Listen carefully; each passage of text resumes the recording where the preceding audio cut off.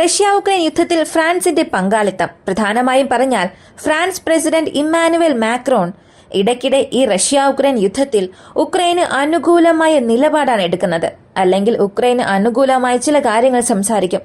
ഇങ്ങനെ സേഫ് സോണിൽ നിന്നുകൊണ്ടാണ് റഷ്യ ഉക്രൈൻ യുദ്ധത്തിൽ അവരുടെ ഗെയിം പ്ലേ ചെയ്യുന്നത്. ഇപ്പോ പറഞ്ഞിരിക്കുന്നത്, റഷ്യ ഉക്രൈൻ യുദ്ധത്തിൽ ഒരു സമാധാന ചർച്ച വരികയാണെങ്കിൽ 1,00,000 നാറ്റോയുടെ സമാധാന സേനയെ അവിടെ കൊണ്ടുവന്ന് നിർത്തണം. ഇതിന് നാറ്റോയും അമേരിക്കയും സഹായിക്കണം. ജർമ്മനിയുമായി ചേർന്ന് ഇത് സംബന്ധിക്കുന്ന പദ്ധതികളെല്ലാം ഞങ്ങൾ തയ്യാറാക്കാൻ തുടങ്ങിയിട്ടുണ്ട്. എത്രയും പെട്ടെന്ന് അമേരിക്കയുടെ അംഗീകാരത്തിനായി ഇത് അയക്കാൻ പോകുന്നുവെന്നുള്ള ഒരു വലിയ കാര്യം പറഞ്ഞു. ഇത് ഒരു സാധാരണ കാര്യമേ അല്ല. 1,00,000 നാറ്റോ സൈനികർ അല്ലെങ്കിൽ 1,00,000 നാറ്റോ സമാധാന സേനയെ ഉക്രൈനുള്ളിൽ നിർത്താൻ റഷ്യ ഒരിക്കലും സമ്മതിക്കില്ല. ഇതിനകം തന്നെ ചില സൈനിക ഉപദേഷ്ടാക്കൾ നാറ്റോ ആയുധങ്ങൾ അകത്തേക്ക് വന്നതുകൊണ്ടാണ് ഇത്രയും വലിയ പ്രശ്നം അവിടെ ഉണ്ടായത്. ഇതിന് ട്രംപിന്റെ തീരുമാനം എന്തായിരിക്കും? പ്രധാനമായും ഫ്രാൻസ്, UK ഇവരുടെ രാജ്യത്തിൽ തന്നെ ഇതിനകം ഒരുപാട് പ്രശ്നങ്ങളുണ്ട്. ഒരു മൾട്ടി ഫ്രണ്ട് വാർ ഏറെ ദിവസത്തേക്ക് പിടിച്ചു നിർത്താൻ കഴിയാത്തവണ്ണം ഫ്രാൻസിന് അത്രത്തോളം ആയുധക്ഷാമമുണ്ട്. അങ്ങനെയാണെങ്കിൽ ഇവർ ഇങ്ങനൊരു പ്രസ്താവന നടത്തിയതിന്റെ കാരണം എന്ത്? മറ്റൊരുപാട് കാര്യങ്ങൾ ഈ ഒരു വീഡിയോയിലൂടെ നമുക്ക് വിശദമായി അറിയാം.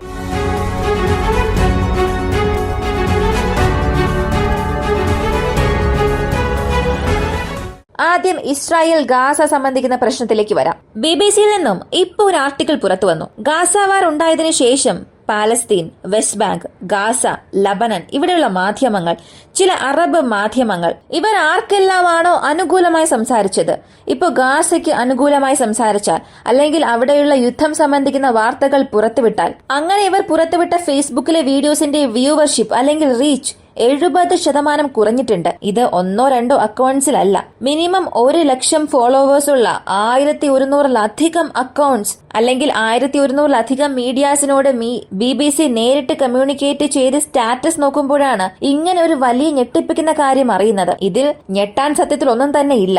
ഇതുപോലൊരു പ്രശ്നം യൂട്യൂബിലും നടക്കുന്നുണ്ട്. അങ്ങനെയാണെങ്കിൽ ഇവർ വിചാരിക്കുന്ന കണ്ടന്റ് മാത്രം, ഇവർ പറയുന്ന വാർത്തകൾ മാത്രം സംസാരിക്കുന്നവർക്ക് ഒരു വലിയ റീച്ച് കിട്ടിയിട്ടുണ്ട്. അതുപോലെ ഇസ്രായേൽ സംബന്ധിക്കുന്ന രീതിയിൽ ഇസ്രായേലിന് അനുകൂലമായി സംസാരിക്കുന്നവർ, അമേരിക്കൻ ഓറിയന്റഡ് കണ്ടന്റ് സംസാരിക്കുന്നവർക്കും 45%-ൽ കൂടുതൽ വ്യൂവർഷിപ്പ് അധികമായിട്ടുണ്ട്. അതും ഒക്ടോബർ 7-ാം തീയതി ഹമാസിനും ഇസ്രായേലിനും ഇടയിൽ ഈ ഒരു പ്രശ്നം ഉണ്ടായതിനു ശേഷം. ഇവിടെ ഗാസയെക്കുറിച്ച് സംസാരിക്കുമ്പോൾ കാഷ്വാലിറ്റീസ് കൗണ്ടിനെ കുറിച്ചും തീർച്ചയായും സംസാരിക്കണം. കഴിഞ്ഞ 24 മണിക്കൂറിനുള്ളിൽ തന്നെ 38-ലധികം വ്യക്തികൾ ഗാസയിലും വെസ്റ്റ് ബാങ്കിലുമായി ചേർത്ത് ഇസ്രായേലിന്റെ എയർ സ്ട്രൈക്സിൽ കൊല്ലപ്പെട്ടിട്ടുണ്ട്. വീണ്ടും ആശുപത്രികളെ ലക്ഷ്യമിട്ട് ഇസ്രായേൽ ആക്രമിക്കുന്നതായി ഗാസയുടെ ഹെൽത്ത് മിനിസ്ട്രി ഒരു വാർത്ത പുറത്തുവിട്ടു. അവിടെ എത്രത്തോളം പ്രശ്നം പോയിക്കൊണ്ടിരിക്കുന്നു എന്നുള്ളത് നിങ്ങൾക്ക് ഇതിലൂടെ മനസ്സിലാക്കാം. മറ്റൊരുപാട് വാർത്തകൾ അധികമായി വരുന്നതുകൊണ്ട് ഈ ഗാസ സംബന്ധിക്കുന്ന വാർത്തകൾ ചില മാധ്യമങ്ങളിൽ മാത്രമാണ് വരുന്നത്. ആരും അതിനപ്പുറം കൂടുതലായൊന്നും സംസാരിക്കുന്നില്ല. അവിടെ എന്ത് സംഭവിക്കുന്നു എന്ന് പോലും അറിയില്ല. കാരണം അവിടെ മുഴുവനായും ഇന്റർനെറ്റ് ഇല്ല. മുൻപ് ചെറിയ രീതിയിൽ ഇന്റർനെറ്റ് ആക്സസ് ഉണ്ടായിരുന്നപ്പോൾ ഫൂട്ടേജസ് പുറത്തുവരും, വാർത്തകൾ പുറത്തുവരും. ഇപ്പോ വലിയ രീതിയിൽ മാധ്യമങ്ങൾ വെസ്റ്റ് ബാങ്കിലുമില്ല, ഗാസയിലുമില്ല. ഇങ്ങനെ ഒരു ക്ലോസ്ഡ് റീജിയൻ ആയതുകൊണ്ട് തന്നെ വളരെ അപൂർവമായി മാത്രമേ ചില വാർത്തകൾ പുറത്തു വരുന്നുള്ളൂ. അതിൽ ചിലതാണ് ഇത്. അടുത്ത റഷ്യ ഉക്രൈൻ യുദ്ധത്തിലേക്ക് പോവുകയാണെങ്കിൽ, ഇന്നലെ റഷ്യയുടെ ന്യൂക്ലിയർ ബയോളജിക്കൽ കെമിക്കൽ ചീഫ് മരിച്ചു. അദ്ദേഹത്തെ കൊന്നത് ഉക്രൈനാണെന്ന് കൺഫേം ആയി. എന്നാൽ എങ്ങനെ കൊന്നു? അത് സംബന്ധിക്കുന്ന ഒരു വ്യക്തിയെ റഷ്യ ഇപ്പോൾ അറസ്റ്റ് ചെയ്തു. ഇതിനായിട്ടുള്ള പദ്ധതികളെല്ലാം അവർ 8 മാസങ്ങൾക്ക് മുൻപേ ചെയ്തിട്ടുണ്ട്. ഇയാൾക്ക് 1,00,000 യൂറോസ് നൽകും, അല്ലെങ്കിൽ അതേ മതിപ്പിലുള്ള US ഡോളർ നൽകുമെന്ന് അയാൾക്ക് ഉറപ്പ് കൊടുത്തിരുന്നു. ഇദ്ദേഹത്തെ ഉസ്ബെക്കിസ്ഥാനിൽ നിന്നും കൊണ്ടുവരികയും റഷ്യയ്ക്കുള്ളിൽ താമസിപ്പിക്കുകയും ചെയ്തു. 3 മാസത്തിന് മുൻപാണ് ഈ എക്സ്പ്ലോസീവ് ഡിവൈസ് ഇയാളുടെ പക്കൽ നൽകിയത്. ഇങ്ങനെ നൽകിയതിനു ശേഷം ഇയാൾ ഇതിനായിട്ടുള്ള പദ്ധതികൾ 4 ദിവസത്തിന് മുൻപ് കൺഫേം ചെയ്തു. ആ ചീഫിനെ റിപ്പീറ്റഡായി നിരീക്ഷിക്കാൻ തുടങ്ങി. എപ്പോഴെല്ലാം പുറത്തേക്ക് വരും, ഏത് സമയത്താണ് വരിക, ഈ കാര്യങ്ങളെല്ലാം നിരീക്ഷിക്കുന്നു. എന്നിട്ട് നേരിട്ട് ആ വിവരം ഉക്രൈൻ കമാൻഡ് സെന്ററിലേക്ക് അയച്ചു. നിങ്ങൾ ആ ഹിഡൻ ക്യാമറ ഫൂട്ടേജ് കണ്ടിട്ടുണ്ടാകും. ആ ഇലക്ട്രിക് സ്കൂട്ടർ പൊട്ടിത്തെറിച്ച് ആ ഫൂട്ടേജ് എല്ലാം കണ്ടതിന് ശേഷമാണ് അതിന്റെ റെസ്പോൺസ് ആയിട്ടാണ് ഉക്രൈൻ ബ്ലാസ്റ്റ് ചെയ്തതായി വിവരങ്ങൾ പുറത്തു വന്നത്. എന്നാൽ ഇതിൽ ചില മിസ്മാച്ചസും ഉണ്ട്. ചില ന്യൂസ് മീഡിയാസ് പറയുന്നത് 1 മില്യൺ യൂറോസ് വരെ നൽകാൻ അവർ തയ്യാറായിരുന്നുവെന്ന്. എന്നാൽ മറ്റു ചില മാധ്യമങ്ങൾ പറയുന്നത് 1,00,000 ഡോളർ എന്നും പറയുന്നു. അപ്പോ വില നൽകിയിട്ടുണ്ട്, എത്രയെന്ന് അറിയില്ല. റഷ്യൻ മാധ്യമങ്ങളെ സംബന്ധിച്ച് 1,00,000 യൂറോസിന് സമാനമായ തുക കൊടുത്തു എന്ന് പറയുന്നു.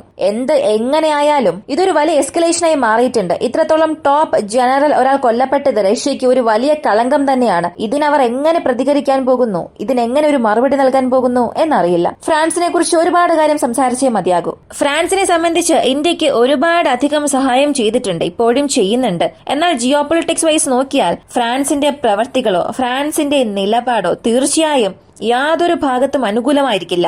ഒരു ഭാഗത്ത് നിൽക്കണമെന്നുണ്ടെങ്കിൽ നമുക്കൊരു മോറൽ ഉണ്ടാകണം, അല്ലെങ്കിൽ നമ്മുടെ രാജ്യത്തിന് അത് ഏതെങ്കിലും രീതിയിൽ ഉപകാരപ്രദമാകണം. ഇപ്പൊ ഫ്രാൻസ് നൽകിയ സ്റ്റേറ്റ്മെന്റിൽ അവർ പറയുന്നത് കുറഞ്ഞത് 1,00,000 സൈനികരെങ്കിലും ഉക്രൈനുള്ളിൽ നിർത്തണം. ഇതിന് UK, ജർമ്മനി പോലുള്ള രാജ്യങ്ങളുമായി ഞങ്ങൾ സംസാരിക്കുകയാണ്. ഇതിന് എത്രയും പെട്ടെന്ന് ട്രംപ് അഡ്മിനിസ്ട്രേഷനിൽ നിന്നും അപ്രൂവൽ നൽകണം. അതിനായി ഞങ്ങൾ കാത്തിരിക്കുകയാണ് എന്ന് പറഞ്ഞു. എന്നാൽ പ്രതീക്ഷിക്കുന്നത് പോലെ ട്രംപ് ഈ പദ്ധതി ഒരിക്കലും സമ്മതിക്കില്ല. കാരണം അദ്ദേഹം ഓഫീസിൽ വരുന്നതിന് മുൻപ് തന്നെ റഷ്യ ഉക്രൈൻ യുദ്ധത്തെ വളരെ ഡിസ്റ്റൻസിൽ വെച്ച് നോക്കണമെന്ന് ആഗ്രഹിക്കുന്നു. സഹായം ചെയ്യണം, എന്നാൽ ആ സഹായം കാരണം യുദ്ധം വർദ്ധിക്കാൻ പാടില്ല. ഇവിടെ ഡിഫൻസീവ് പൊസിഷനിൽ നിൽക്കണം.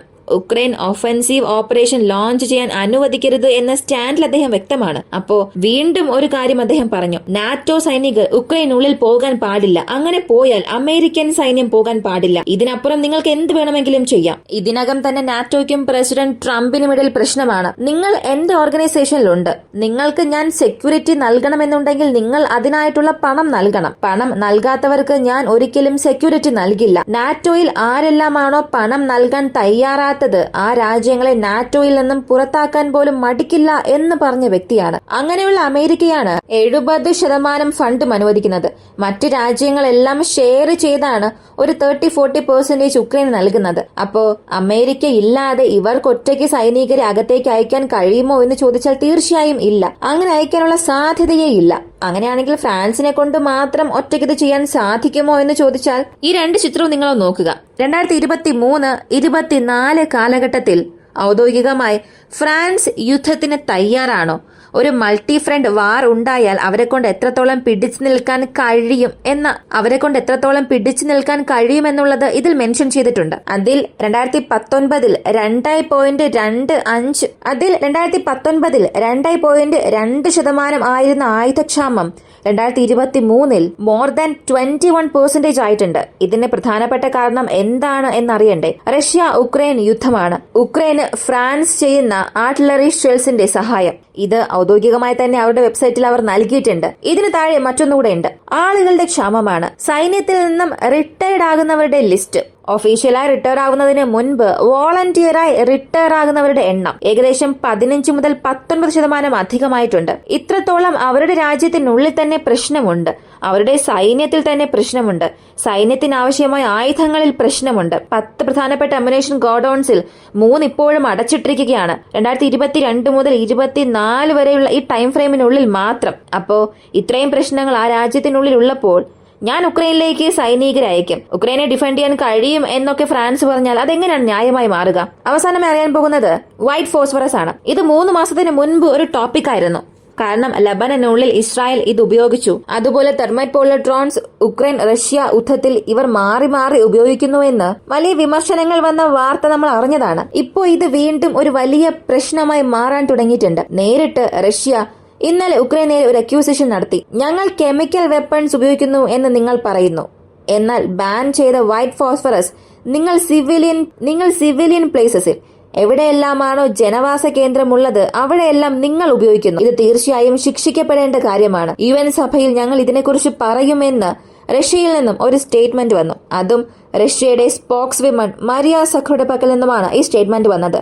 ഇതിന് ഉക്രൈൻ ഒരു റിപ്ലൈ നൽകി. അതും ഒരു സാവേജ് റിപ്ലൈ നൽകിയിട്ടുണ്ട്. കാരണം അവരുടെ ടോൺ അങ്ങനെയായിരുന്നു. റഷ്യ എന്തെങ്കിലും സംസാരിക്കണമെന്നതിന് വേണ്ടി സംസാരിക്കുകയാണ്, എന്നാൽ ആരും അവർ പറയുന്നത് കേൾക്കാൻ പോകുന്നില്ല. ഇവിടെ വൈറ്റ് ഫോസ്ഫറസ് ഉപയോഗിക്കുന്നത് റഷ്യയാണ്. നിങ്ങൾക്ക് തെളിവ് എന്തെങ്കിലും ഉണ്ടോ? അങ്ങനെയാണെങ്കിൽ കാണിക്കുക.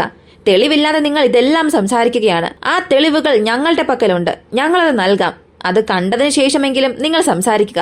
ഇങ്ങനെ ഈ ഒരു ടോണിൽ അവർ സംസാരിച്ചു. അപ്പോ തീർച്ചയായും അടുത്ത ചില ദിവസത്തിൽ ഈ വൈറ്റ് ഫോസ്ഫറസ് ഒരു വലിയ വിഷയമായി മാറും. ഏതോ ഒരു സ്ഥലത്ത് ഈ വൈറ്റ് ഫോസ്ഫറസ് വെച്ച് ഒരു വലിയ കാര്യം നടക്കാൻ പോവുകയാണ്. ഒരു പക്ഷേ വൈറ്റ് ഫോസ്ഫറസിനെ കുറിച്ച് നിങ്ങൾക്ക് അറിയില്ല എങ്കിൽ മാരകമായ ഒരു ഇഞ്ചുറി ഒരു വ്യക്തിക്ക് ഉണ്ടാക്കണം, അല്ലെങ്കിൽ മിലിറ്ററി ഇൻസ്റ്റാളേഷൻസിൽ നടത്തണമെന്നുണ്ടെങ്കിൽ ഇതിനെ താഴെ ഡ്രോപ്പ് ചെയ്യും. അങ്ങനെ ഡ്രോപ്പ് ചെയ്യുമ്പോൾ ഈ വൈറ്റ് ഫോസ്ഫറസ് കാറ്റുമായി റിയാക്ട് ആയി കത്താൻ തുടങ്ങും. അങ്ങനെ കത്താൻ തുടങ്ങുമ്പോൾ അതിന് മുകളിൽ നമ്മൾ വെള്ളം ഒഴിച്ചാലോ മണ്ണെടുത്ത് എറിഞ്ഞാലോ അത് അണയില്ല. അത് മുഴുവനായും ഡിഫ്യൂസ് ആകുന്നതുവരെയും കത്തിക്കൊണ്ടിരിക്കും. ഇനി നമ്മൾ അതിൽ വെള്ളം എടുത്ത് ഒഴിക്കുകയാണെങ്കിൽ 2 ഹൈഡ്രജനും 1 ഓക്സിജനും ചേർന്നാണ് വാട്ടർ മോളിക്യൂൾ വരുന്നത്.